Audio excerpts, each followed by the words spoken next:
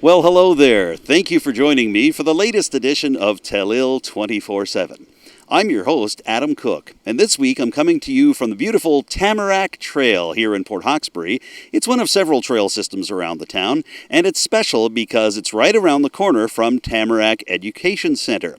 And that school, along with several others, will soon be bustling with students, teachers, and others as they reopen in September. So we're going to sit down with a local school principal to talk about what she is expecting and planning for this fall and how basic public education is going to be carried out during the time of pandemic. Also, we'll continue our series on how you can hold a municipal election during a pandemic as we chat with the returning officer for the town of Mulgrave, Tanya Tibbo. And we'll take a look at what's happening with the Rotary Club of Port Hawkesbury and how that volunteer group has been able to keep going during the times of social distancing. But we begin this week's show with a gentle reminder for our viewers that Nova Scotia's new mandatory mask rules for indoor spots came into effect this past Friday on July the 31st. Now, some of you might be wondering what exactly that means in terms of where you're supposed to wear a mask and how long you're supposed to have it on once you're inside. Well, we've got a little rundown for you on exactly how those new rules work so you won't be confused the next time you go out, or more specifically, the next time you go in. Here's a breakdown of how it all shakes out. Now, the most obvious place where you will have to wear a mask inside is in a retail store or a shopping center. You also have to wear them at personal service centers, such as hair or nail salons, spas, or body art facilities, except when the service provided requires you to take your mask off. Restaurants and bars are also insisting that masks be mandatory. However, you are able to take your mask off while you're actually eating or drinking in any of these spots, and you'll find that varying restaurants and bars will allow you to keep your mask off the entire time you're there, as long as you're not moving around from table to table. However, you'll want to check with your server and with management to make sure that's okay. I'm now here at the Port Hawkesbury Civic Center because this spot is home to a lot of different places that are going to require you to wear a mask. For example, you have to wear a mask when you're accessing any municipal or provincial government services. As well, you have to wear one when you're in any kind of building that hosts conferences or receptions. You also have to wear masks at athletic complexes, including gyms, pools, and indoor tennis courts, as well as any other similar activity, except for those where you can't wear a mask to actually do the athletic activity. You also have to wear them for things like movie theaters, concerts, and other entertainment or cultural events. However, the Musicians Union will be pleased to know that in times of musical performance, singers are allowed to take their masks off for the duration of their vocal performance. That might also affect local churches, even though masks are still mandatory inside houses of worship and faith gatherings. Masks are also mandatory in the common areas of Nova Scotia's tourist accommodations and public office buildings. Now, these common areas are places like hallways, lobbies, and elevators. However, you don't have to wear a mask inside the private offices of these buildings. You are required to wear a mask in the public areas for university or college campuses. These are places like libraries or student union buildings. But you don't have to wear a mask in individual classrooms, laboratories, offices, or student residences. However, you do have to wear a mask pretty much anywhere you could imagine that involves transportation. These includes airports, ferry terminals, and train and bus stations. And there's one other building that's just about to open its doors to mask-wearing people in a few weeks' time: schools in our region. So this week, Telile 24/7 is beginning a two-part series on what students, teachers, school staff, and others can expect when the facilities open up in early September. Next week, I'll be speaking to Paul Landry. He's the Executive Director of the Strait Regional Centre for Education. But this week, we have a conversation with Jacinta Samson-Sullivan, the principal of Ecole Beau-Port in Arichat. I got to speak to Jacinta earlier this week via Zoom. Here's that interview right now. And we're very pleased to be joined today on Telile 24/7 by the principal of Ecole Beau-Port in Arichat. She is, of course, Jacinta Samson-Sullivan. Thank you very much for joining us today. Well, thank you so much for the invitation. It's a pleasure. Well, it's wonderful to have you. And by starting this interview, I want to wind the clock back a little bit because obviously education in our area was not the same as it was at the start of 2020 by the time March rolled around. Can you give me a sense of what it was like for you and your staff to have to say, we can't do this anymore, we have to shift to home learning? What was that process like for you, and how do you feel it went on the family's behalf? Well, I can say that one thing I really did appreciate was the step-by-step that the Department of Education gave us. So we had a few days to get the learning going. When I say learning, I mean the adult learning, because we had to do some learning. We do have online classes, but for us who teach in the classroom and who live in a building, it's not at all the same. So the first thing we did was learn a lot of the tools that we could be using. The board provided us with some tools like the sound, the ear, and the microphone, the whiteboards, things like that. It was really wonderful because we also had an online learning for staff. So each day there was 1 or 2 or 3 sessions provided by the board to teach us, because we were using a different communication tool with primary to 2 with parents. We had to change to a new tool because the way that the department wanted it, it required that change. We also had to learn more about Google Classroom. We had to learn about teaching on in the classroom, which was really neat. I have to say that for me as an educator, I totally enjoyed the learning of the electronic part because I didn't have that before. And you will be shocked to learn that I felt I could partake and support the learning of students and staff better without having the building management aspect, which was a treat, I have to say. There were challenges, however. We had one of the greatest challenges are that in certain parts of Richmond County, we lack a quality internet connection. And for, I'd say, 3 staff members, that was a major challenge because we wanted to do videos to support learning, but that just wasn't working. I literally had staff sitting outside, family households to get onto the internet because we couldn't go in because of the isolation aspect. So there was a lot of frustration on that level. For supporting students and families, I felt we did a great job in the way that we have what we call a school team. We met regularly, at least once or twice a week. We literally went through each grade level, each family. We knew which family needed more support. We contacted our Schools Plus. They supported those families as best they could. It was an experience, a total experience. I know for some families, it was a major challenge because both parents were working. The motivating their children was not an easy challenge. There was also the students with learning needs that for them it was not productive. But on a positive note, we had some students, a certain percentage of students, not having that whole social aspect of the classroom, who are independent learners, who did extremely well. We have about 5 students that their learning went up enormously. So it depended, right? And we had some families who maintained that structure, and for them it went very well. They had the same bedroom routine, they had the kids up in the morning, they did exactly like the school day went. So we had all parts of the spectrum. You know, I ask a lot of my interview subjects, what did you learn from all of this, and what do you take forward that'll help you in the school system beyond the pandemic period, whenever that might come to an end? And it sounds like you and your staff and even the families involved have learned a lot. And I mean, you mentioned yourself, you gained a lot in terms of electronic learning that you hadn't been experienced with before. So do you get a sense that this could wind up having a positive impact in some ways on Ecole Beau-Port in the years to come? I absolutely and 100% convinced that there are some things we've done during this pandemic that we really want to keep and maintain. An example of that would be the learning, the part of the teaching.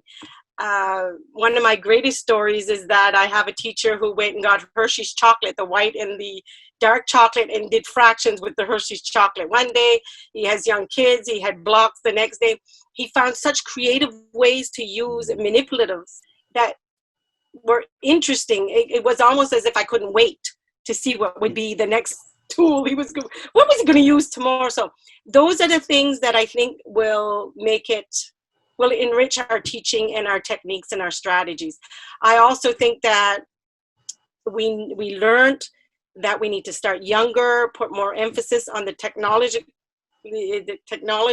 So that is something like we've, as a school team, we are 100% convinced. Let's start younger and do it this way, where before it was more take our time and just do this. Now we're going to go a little further with that learning. And if you ask me what is the greatest learning, I feel that a lot of learners learn to become more independent.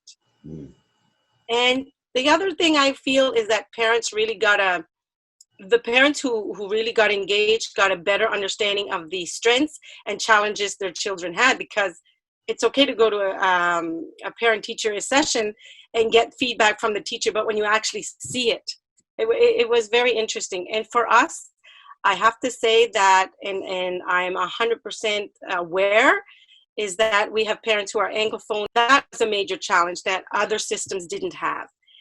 We came up with some interesting strategies to try and help. I can tell you a lot of parents know how to use DeepL for translation. It was interesting. We tried to find as many creative ways as we could to help that. And I got to hear some parents speak French more than I thought they knew. So that was interesting, because the younger kids had to send videos and the parents were guiding them along, and you could see that they were speaking French. It was minimal, but it was beautiful. That gives you a perspective that, like you say, you don't necessarily see at a parent-teacher conference. You can see how the parents are working with the children in both official languages to be able to help them along. To me, it was a growing experience, and approaching retirement, I kept saying, thank God I wasn't retired, because I would have missed so much with all the learning and the special moments, the moments when we could finally get them. Because for certain kids, just Zoom, like what we're doing, was a major challenge. We were doing it through Google Meet. But we had to make a process to get the child to come before the camera, and getting them to speak, and that glow when they finally could do it. And we used some creative ways. I'm telling you, we had parents trying to teach kids, and then we had siblings where one sibling was more comfortable, so we had a teacher do some sessions just with one sibling, bring in the other sibling, and then guiding them, transitioning them to the classroom. It was very neat. And I don't want to forget that we had some special staff members who went beyond. We had cooking classes, okay? We had cooking classes where someone would drop off food, and we'd wait 2 or 3 days so that all the virus things would be gone. And they made Rice Krispie squares, and trying to think of other. So we had, and those were with our special needs students, because in the Learning Center, we do some cooking. So we got to do that as well. That's wonderful that they were able to have that interactive experience, even though they were being kept apart. I wanted to ask you, you've touched on special needs students and the idea that some students do need people like teaching assistants with them. How did that process go through the various months of the height of the pandemic? And I mean, this speaks as well to what you folks have for teaching assistants for TAs over at Ecole Beau-Port. How did that issue work itself out? We had a lot of success with certain students. The success was surprising because we weren't expecting that much success. I know as a school team, my staff, when we met as a team, with certain, they'd say, Jacinta, you're pushing it too far. And believe me, they went much further when I was pushing. But we didn't get that far. We had some students that I'm sad to say we didn't get. Because of the needs and because of the family dynamic, it just wasn't possible. And we had another group where the family said, listen, I'm going to take over. I'm going to do our learning at here. And was just giving us feedback. This is what we've done. This is how it's gone. So we had the whole spectrum was there. But the highlights were major highlights for us. Yeah. I'm glad to hear that. It sounds like you've had great feedback and great communication with both your staff and also the students and their families. What has the communication been like between yourself and your staff at Ecole Beau-Port? and the Provincial Department of Education and Early Childhood Development, as well as the Conseil Scolaire Acadien Provincial, the CSAP. What has it been like at that level leading up to the decision in July to bring the students back in the fall? Well, I think that the government level has their procedures, and they did the way they were going to do it, as we all know. The CSAP staff, administrative staff, did a superb job of making sure that they were informing us and talking to us about informing our staff. You know, if you have questions, come to us, encourage your staff to go to you.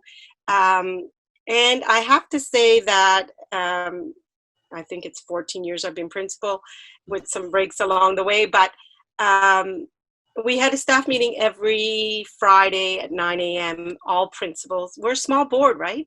So we have about 20, we were about 57 in the Zoom meeting because we had principals and VPs.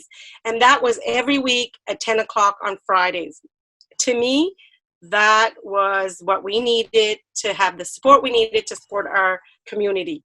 And I hope it's something that will continue, because, you know, you go for a whole day and you get a lot of things and you come out of there, your head's as big as this because there's so many procedures and things you need to learn, where this was exactly what we needed. And we knew that 10 o'clock next Friday, we would all be meeting again. So, and it also gave us time to be, because, you know, you're isolated. Isolation is not easy. So it was fun to see. Like I kept telling my staff, you have never been so beautiful. Like when I would see their faces, it was what I needed to keep me going for. And it was the same thing with staff, because with principals, because you felt you were again with friends, you know, and we were living the same situations. And we talked about what was our challenges during the week and what was our plan for the following week. So to me, that was a key element in the success that I feel we had. Now, that being said, I can tell you that some parents found it major challenge and are really looking forward to us going back to school.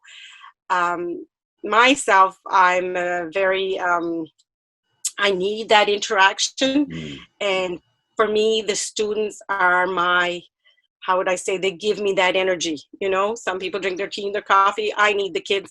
So I know I won't be able to hug them or, you know, but just seeing their faces in the morning and their smiles, that I miss. Looking forward to that. All right, well, let's look ahead to that period then. We're getting just a few weeks away from reopening Ecole Beau-Port. What happens now, basically? What do you and your staff do to prepare the classrooms and the various spaces for the proper social distancing that the province has put out? What do you folks do in the next little bit to get ready? Well, we've already started, as the administrative staff of the CSAP has already had us on board. We've had 3 tasks we had to do before the end of July. So we're looking at the removing of all the unnecessary things that are in the classroom, like our center tables where we do our guided reading. That has all been removed. All extra tables are being removed. Anything like centers will have to be done in a different way. So that aspect of getting the classroom ready is on its way. We're doing well on that. We also have to work on the structure of the day. So that's a little more challenging. So because we are a small board, 5 of us principals on our own decided last week we would meet. So we started talking about how we're going to do with the cafeterias, how we're going to do at recesses, and because we're all primary to 12 and with a 4-year-old program, so we all live the same reality. So we started to work on the structure of the day, which will change. It'll be interesting to see, because this is forcing us to try and do things a different way. So then again, at the end of this experience, we'll look at what worked positively, what do we want to keep, what do we want to change. So like the cafeteria, we'll be feeding them in the, students will be fed in the classrooms rather than going to the cafeteria. My cafeteria staff is already thinking of how we're going to do this. We've already changed. We had some ideas. The other principals gave me others. We're also looking at that morning routine, because when they come in, coming off the buses, the hand sanitizing. So we're looking at that. The janitors are working on signage, getting that ready. We're looking at, as well at recess. How are we going to do recess? So there's nothing final, because what happens is I get the information. We did some teamwork with the principals, Now I'll be going to the school team and then to the staff, and then we'll be putting the details in place. But I do know that the first 2 weeks are really going to be focused on, we always do this, but we're going to be adding different routines. We always do the routines, the hand washing, how to do coughing and sneezing, the distance. We never do the distance, but we'll add that in. And the first 2 weeks are really going to be about drilling how to do that. There's some great videos out there, posters we'll have.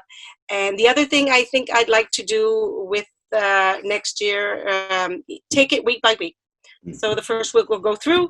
Friday we'll meet as a team and say, okay, what worked, what didn't work, and then we'll figure out the following week. And we're going to prepare the kids that there are going to be changes, because students with special needs need warning.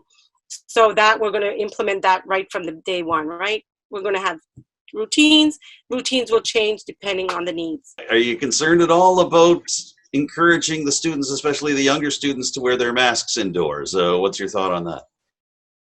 I'm going to try. I think that will become a routine. One of the 5 principals that we met is in Quebec, is originally from Quebec, and they started wearing the mask in May in Quebec in the schools. And she says it becomes just a natural thing, that even visiting her mom, and she's been there 3 weeks, that she's not touching her face. I'm trying to limit the times that they will have to interact so that there'll be less wearing of the mask. But if it does happen, we'll work that into the daily routine, and it'll become natural. And she's insisted all our concerns. She was like, no, I'm telling you, I spoke to the people I taught with before. It's not an issue. So I think it will just become part of a new normal. Speaking of routine and daily routine, any discussions with bus drivers who work for Ecole Beau-Port and bring the students there? Any thoughts on what that'll look like? I don't do that part. Sure. We have the maintenance part, but I don't foresee that being a problem. They're going to get ready. They'll do the hand washing in. I'm going to be looking for some spray balls. When they come out, I'll have 2 staff ready, spray one, spray the other one on their way in. Doors will be open. They won't have to touch the doors. Yeah. I don't think that was my first concern, was okay, the bus 42 coming in doing the hands. But the more I speak with people and the more suggestions I'm getting, I think that we can make that work just like we do everything else. It'll become a routine, and we'll just do it. And come October, you'll come up on the hill and we won't know. It'll be like we did it all the time, right? Yeah. Now, I don't want to get too far on the track of what isn't going to be available and what isn't going to happen, because, I mean, you've spoken just a moment ago about how much you're looking forward to being able to see the students again, and how a lot of the students are going to need that socialization. They're going to need it after being isolated for so long. But do you have a sense of what might not happen this year? And I mean, it could be everything from athletics to individual events or concerts or what have you. Is there anything that you're looking at and thinking, well, that might not happen in this era, but by the same token, are you focusing more on the positive than on the negative right now? I am looking forward to, I'm looking at, and we're all looking at, I suppose, we have a music teacher who's super actually we have 5 teachers with a technology diploma. So like, I think Christmas concert, right? No Christmas concert. Well, why can't we do a virtual concert? That's what we can look at, right? Assemblies we can't do. So let's see how we're going to do the assemblies. I'm not looking at what are we losing. I'm looking at how can we change it and make it different and beneficial. That's my goal. And I think that my staff has shown that they're more than open and they're ready. I think as a group, we are all ready for this. The staff and I, we're ready and creative. I'm not the most creative, believe me, but I have people who are, so they'll take that on. All you have to do is come to one promotional when we celebrate our French week. You see them get together. Well, they'll be looking at ways of doing that. We're going to do it differently. And it's funny because I'm already looking at what am I going to do for indoor recesses, right? Because I do know I'm going to have to extend the recess 30 minutes in order to give staff their lunch and do the lunch supervision and all that. So we need to look at the rainy days. And I'm already looking at the playground in the school building. Okay, well, I had those classes there, but what stops me from putting one class there, one class on the other end of the playground, which they're used to, but I've never used the soccer field. I could put 2 classes there. I could put a class in the front. It's just looking at it differently. not what we're losing, but how can we make this work the best way we can in a different way. All right, we're heading into the home stretch here. Jacinta, just want to ask you, you've talked through this interview about the idea that you're looking forward to seeing the students again, and you're looking forward to working with your staff face to face right now. Do you get a sense that this could be a year that everybody will remember at Ecole Beau-Port, and that could really help build the foundation for Ecole Beau-Port going forward? I mean, this is the 20th anniversary for this school in this configuration after it was formerly IMDH. So what do you feel going forward as you're getting ready for this very pivotal 2020-2021 academic year? I'm going forward with enthusiasm and thankful. I'm grateful that I have the team I have with me. I'm grateful for the families we have, and I think we have the most wonderful students. So to me, we're going to work collaboratively, and you know what? It's shared responsibility. So we're all going to have to take responsibility for the safety of one another. And we at Ecole Beau-Port have always had a family culture. It's like we're a big family. So this just supports it, right? We're going to be helping each other like a family should do. And we're going to need the parents as well for that, because, you know, kids who are not feeling well won't be able to come to school next year. And that's going to be a challenge for parents. And I'm aware of that challenge. But we have Schools Plus who can help and support families and talk and find ways for them to do that. So I think we're going to do like every family does it. We're going to take on the new challenge as a family, and we're going to focus on where we're going and how to make the best of this situation. And I know that whatever we do, there'll be some we'll keep after, long after this. Exactly. All right, we've covered a lot of ground in a short time, Jacinta. I appreciate you giving me some time this morning. Did you want to add anything else about all of this just before we wrap up? Well, I wanted to do something today. I wanted to thank Telile. I don't know if you're aware, but we did a live stream of our graduation, and the staff at Telile were superb. That, to me, was a real community approach. You were there. And you know what? That is something we're going to do in the future. Because think about it, the grandparents at the St. Anne Center that usually can't come got to see it. So that is one of the things we're going to do moving forward. We're going to live stream our graduations. We're going to live stream things with Telile. We're going to work as with our partnership, right? That is what I'm so grateful. Like you, I can't express the gratitude I have for Telile for having done that. And I hope we continue to do that so that everyone in the home can take part. Because I think everybody should be able to see their grandchildren experience those positive moments. So just imagine my virtual concert being live streamed, right? Well, that one will be live streamed, but my graduation next year, if I have one, will be live streamed. Oh, that's wonderful. And we at Telile are very grateful to be able to partner with you and your staff as well, to be able to share in the wonderful things you folks are doing and the great moments for your students from primary to grade 12. We appreciate the partnership as well.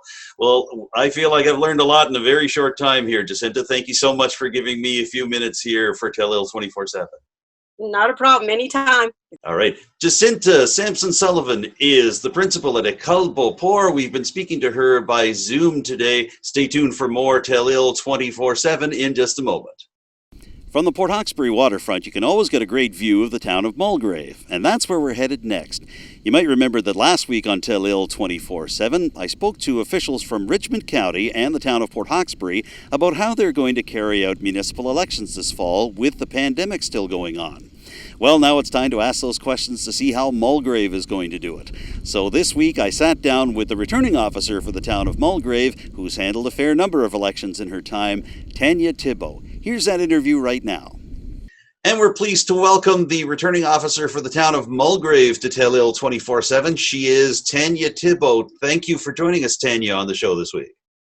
Thank you for having me. It's a pleasure to have you, and you are a veteran of these because you've done a number of these elections. Just before we were going on the air, you were telling me that you've done 6 elections. That includes by-elections, special elections for the town of Mulgrave. as the returning officer. So it's a very different scenario this time around. So can you give me a bit of a sense on what your job is like in a typical year setting up for a municipal election for Mulgrave, the number of staff you might have, what the basic layout of voting is like in the town, and what's different this year? Can you give us a little bit of a detail about that? Clearly, what's different this year is that, we have a global pandemic underway with COVID-19. So we are having to take special precautions when it comes to having people come in to exercise the right to vote. We decided not to do e-voting. We didn't really discuss it. Mulgrave has about 576 electors. So we feel that we can manage that amount of people coming into the facility, and we just have to make sure that we have a separate entrance and a separate exit. With regard to staffing, we typically have one poll clerk and a deputy returning officer.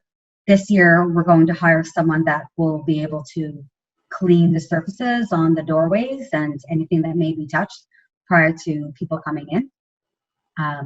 So we're looking at that, and plus, I'll be a floater, so I don't really have to do anything until the voting has been completed. So I'll be there as well to, just make sure that things are running smoothly, and we're trying to keep everyone as safe as possible. With the province making it mandatory that, masks have to be worn in public places, we had already discussed making it mandatory for people to come in and wear masks when they vote. So I think that having that directive from the province is going to make it a lot easier for us to, maintain a sense of safety for not only the electors, but the people working.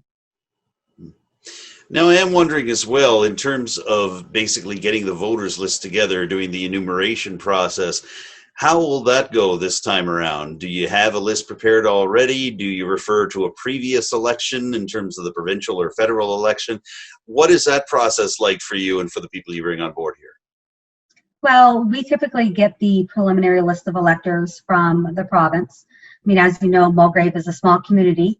So what we do is we take the list and we drive around town. It's not a large geographical location.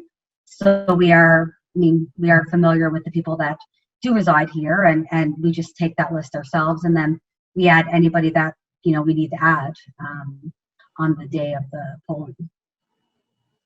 Now, in terms of the actual election night, let's talk a little bit about that. You'd mentioned, of course, the importance of having sanitized surfaces and such, but I am curious as to whether the number of places where people can cast their vote would expand. And can you also tell me, would it typically be the fire hall in Mulgrave where these are cast? How would it go out normally, and how do you anticipate it going out this time around?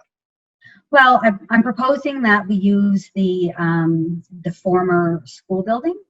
The town of Mulgrave municipal offices are located in that building, and they do have a location that is ideal where people can come in to cast their vote, complete the process, and then exit separately. And it's accessible to all of the residents. So, and there's parking there. So I think that we will only need one location. And if we need to set up some barriers outside, which I can see us doing, to distance people, then we will do that. Do you anticipate extended times for the actual voting process on voting day, or for example, some extra days for advanced polling? Any sense on how that might look? We're just going to we're not making any changes with the advanced polling. We're just going to do what we normally do. We're going to encourage people to try to come out and to the advanced polls. We typically don't get a lot of foot traffic on the advanced polls. People like to come in on the actual election day to place their votes. I am wondering as well, just in terms of actual voter traffic, how has voter turnout been in Mulgrave over the time that you have participated as the returning officer? Have you seen good turnout? Would you like to see a few more people come out? And if you are trying to bump up turnout, does that job become a little harder when you're in the context of a pandemic? I think that with each of the elections, each has been different. We've had elections where we haven't even made it to, election day. Everyone has, it's been an acclamation. I'm not sure what the how it's going to be this year. I haven't heard of. I know that some candidates will be running, but right now I don't have anything filed, and I don't anticipate that it will be very different.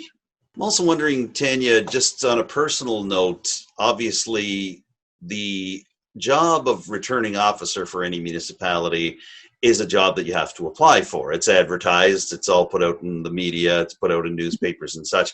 So you would have to think each year about whether you're going to apply and do this again. And I asked our returning officer for Richmond County, Claire Rankin, a couple of weeks ago doing an interview for the show, half jokingly, whether he was a bit of a sucker for punishment and coming to do this again, especially during a pandemic.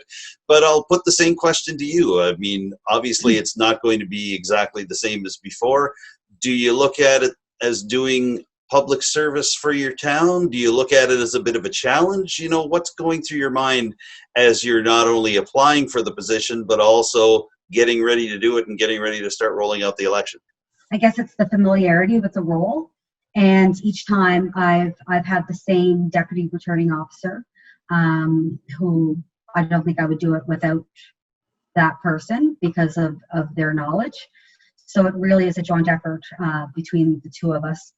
My own one concern that I have is, if we do run into a second wave, what will the province bring down? Like, what changes will they make? Will they postpone it? I'm concerned about that. We're fortunate that the building that we're going to be using is owned by the town. So we're not going to have an issue with having a location and having space. And I know that is likely a challenge for some of the more rural municipalities and their elections. So, I mean, I think, I don't want to say that I love doing this, but I mean, I enjoy it. It's interesting, and each election is a little bit different, and I guess that's why I applied.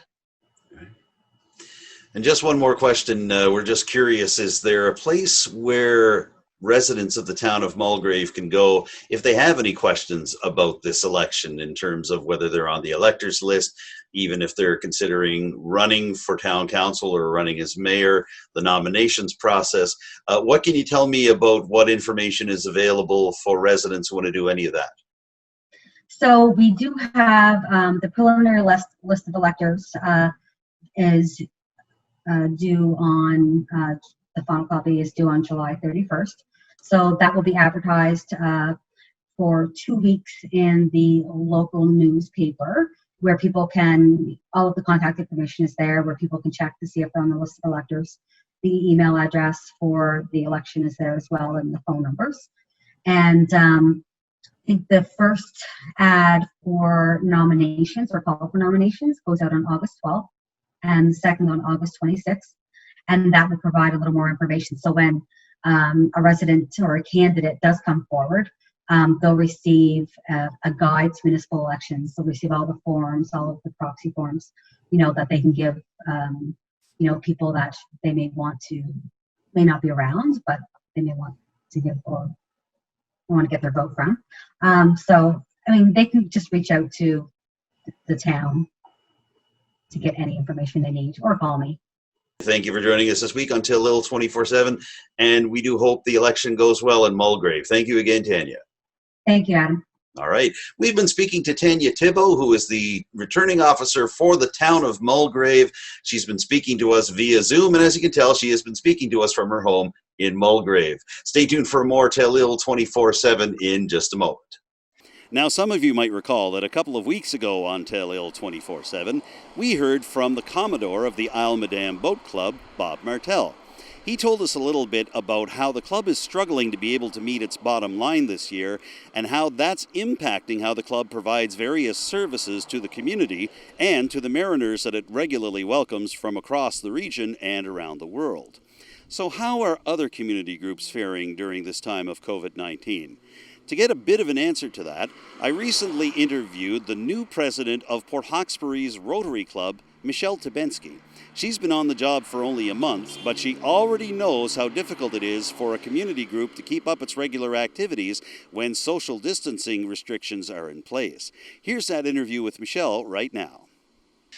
And we're very pleased to be joined by the newest president of the Rotary Club of Port Hawkesbury. She is Michele Tabensky. Michele, congratulations on taking the post, and thank you for joining us on Telile 24/7 today. Thank you, Adam. It's great to be here. Yeah, it's wonderful to have you here. And I wanted to begin by asking you how you feel about taking the presidency of the Port Hawkesbury Rotary Club at this particular time. And at this particular point in Rotary's history, for that matter. How do you feel about taking the job? It's an exciting challenge. I'm definitely up for it. I've been a member of the Rotary Club for 4 years now.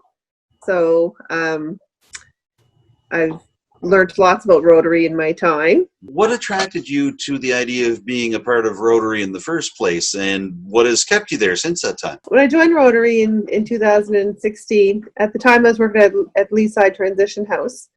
And working there, you learn a lot about the different social needs in the Strait area and that. So I wanted to be part of something more than just do more outside of the workplace as well. So I thought the Rotary was a good fit. My parents were members of the Royal Canadian Legion here in Hawkesbury for decades and decades and decades. My mother was in the Ladies Auxiliary, and my father was in the an actual Legion member and stuff too. So they were always volunteering their time and doing stuff. And I've always been a big volunteer of doing things, but I wasn't really with one organization. I was doing one-off volunteer stuff all the time, volunteering here, volunteering there. So I thought maybe, well, if I at least join the Rotary Club, I'll have a steady stream of doing volunteer work and help improve some things in the Strait areas at the same time. And it looks like you certainly have kept up that stream of volunteering since that time. I know that you've been involved at high levels in creating new Rotary fundraisers, including things like Chase the Leprechaun, the annual St. Patrick's Day fundraiser, and as well pitching things like the 80s dances that have been happening for New Year's Eve, and also as part of the Festival of the Strait in Port Hawkesbury. What makes you want to try to pitch these new ideas and to get in on the ground floor and make them happen? What do you think it is about you that makes you want to do these types of things? Well, we needed to do some new things to change and attract more people to the Rotary Club and to learn about the Rotary Club. When I first started, the big annual fundraiser each year was the golf tournament. So after being with the club for almost a year, of course, we went through the golf tournament period, and it takes an awful lot of work to put a golf tournament together. I don't even know if people even realize the amount of work that it does take. But the funds raised definitely did not come equal to the amount of work involved to raise those funds. So it was to find another event that we could do that didn't require as much work, but we could still make some decent funds for it to give back to the community. Because that's one thing about Rotary, is that everything we raise when we do a fundraiser goes back into the community. For when we give it to other organizations or individuals, depending on what the needs are. So Chase the Leprechaun was born, and in conjunction with St. Paddy's Day, and it's a free event. If you want to be in for the draw, you have to buy a ticket. But one thing about Rotary is that we'd like to reduce barriers so that everybody can attend. And having such a musical club is an asset, because we always have lots of musical entertainment to have an event and make it enjoyable to all. You talk a little bit about the idea of making Rotary inclusive, and I don't think a lot of people realize some of the things that the Port Hawkesbury Rotary Club is involved in. The idea that the club was a key player in setting up Port Hawkesbury's community park, and that it stretches out all the way around the Strait region, that there's been the scholarship program for Sarek and for Richmond Academy. There's been the high school version of Rotary that's gone on at Richmond Academy and is likely going to get started at Sarek very soon. Is it exciting for you to know that while it is the Rotary Club of Port Hawkesbury, that both its membership and its reach go far beyond the town limits.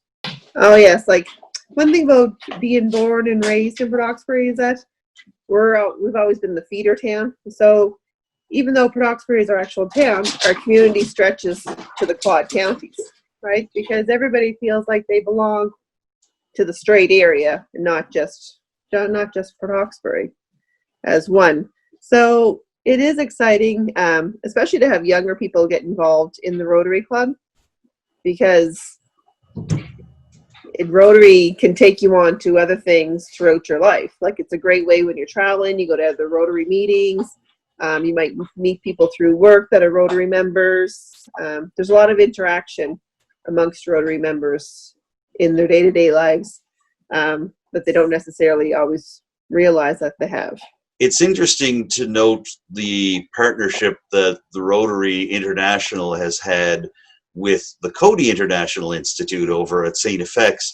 And this is just one part of Rotary thinking locally but acting globally at the same time. So can you talk a little bit about that, about why you're excited to be the head of an organization that not just does good work locally but really tries to make a difference around the world? It's amazing to think that a little club we have like basically 12 members can do great things to help people all over the world. Like with Rotary International, with clubs being all over the place, all the Rotary clubs pulled together just to even end polio. So we have our World Polio Day in October each year. And this past fall, we did a little live music show that we shared out, and with people able to call in and donate, or go online and donate to the Rotary clubs to help with their funding for ending polio in certain countries that still have existing polio cases. What are some of the key priorities that you have for Rotary for the coming year? Obviously, it is a group effort. It's not necessarily one person decides and everybody follows what that one person says. But what are some of the things that you hope to be able to accomplish in your first year as the president of the Rotary Club of Port Hawkesbury? Well, like I said, we only have 12 members. So one thing I'd like to do is actually increase our membership. So we're always looking for people, and everybody has different skills to bring to the club, right? But our whole purpose is just to make our area better. And of course, being in a pandemic at the moment makes it even more challenging, because our normal fundraising efforts that we do, like having a dance or having Chase the Leprechaun, might probably look a little different this year, because we won't be able to actually have those events. So right now we're working on some new fundraising ideas that are just in the makings that we'll be announcing soon. So you have to follow our Facebook page, Rotary Club of Port Hawkesbury, because we'll have the updates there with our new fundraisers that I think people are really going to enjoy. And I know you've put a real priority over the last 4 years on increasing the social media presence for the Rotary Club of Port Hawkesbury. You mentioned the Facebook page. There's also a Twitter page for the Rotary Club of Port Hawkesbury. So why do you feel that social media is such an important tool in getting the word out about the club and its activities? Well, one great thing about social media is that it's free, so that really helps to reduce our costs. But at the same time, mostly everybody is on social media. And if they're not, they know someone that is. So as long as we're keeping everybody up to date on our Rotary Club activities through our Facebook account, then the community knows what we're doing, where we're at, and which way we're heading with different events and stuff. It's great for people to know what we're doing and when we're doing it, and that they're more than welcome to join us in it. So we're at a point right now where we are looking ahead to the coming year, and you mentioned membership just a couple of moments ago. What do you do to encourage people to come to Rotary? If somebody watching this right now is wondering what the Rotary Club is all about, how they can join, how they can find out about it, what do you say to them right now? So if someone wanted to join the Rotary Club, they can always come and do a look and see with us. Normally we would meet twice a month at the Maritime Inn in the Canso room, but because of the pandemic, we haven't been meeting. We've been doing Zoom meetings, and we have had one socially distanced meeting outside so far. and we hope to be having another one soon. But the best thing to do if you want to become a Rotary member is feel free to come and join us for a look and see. No obligation. You can just see what we're all about. You just can get in contact with just message on our Facebook page or email us. That information as well is on our Facebook page, or even reach out to any of our Rotary members, and they'd be happy to tell you when our next meeting is and that so you can join. All right. We've covered a lot of ground in just a short time, Michele. I appreciate you taking some time with us. Do you want to add anything else about the Rotary Club of Port Hawkesbury before we wrap all this up? No, we're just a great group of people that are always trying to do great things. We're looking for new people with new ideas that can help make us grow and do more for the community, because of course every dollar we bring in, we give back out. We're not in the banking business, as one of our members likes to say. We like to get the money and send it back out. So we need you. So come join us. We've been here since 1961. We only have 12 members. We might be a small club, but we're a strong club. Actually, last year at the Rotary International Convention in Germany in June of 2019, we actually had a group go over and promote our First Nation artwork and talent from here in Nova Scotia. So that was a huge, huge thing at the annual Rotary International Convention, to have this small little club have a booth in the Friendship Hall promoting First Nation artwork and getting international recognition for it. So many people were so impressed. It definitely put Port Hawkesbury in the Strait area on the map in Nova Scotia, and it just brings us on to bigger, better things, like to be recognized so high about the great things. And who would think it, of all the Rotary clubs in the world, that little old Port Hawkesbury had a booth in the Friendship Hall, because there's only like 80 booths, so it's pretty amazing even to get one to start with. So, well, Michele, we've really enjoyed hearing your perspective about the Rotary Club of Port Hawkesbury and getting your views on what the club does and what it can do in the future. Thanks so much for joining us on Telile 24/7. All right, thank you, Adam. And that wraps up this week's edition of Telile 24/7. I'd like to thank you all for tuning in, and a special thanks to my interview subjects this week, Tanya Tibbo, Michele Tabensky, and Jacinta Samson-Sullivan. And a big thanks to my colleagues at Telile Community Television for helping me get the show on the air every week.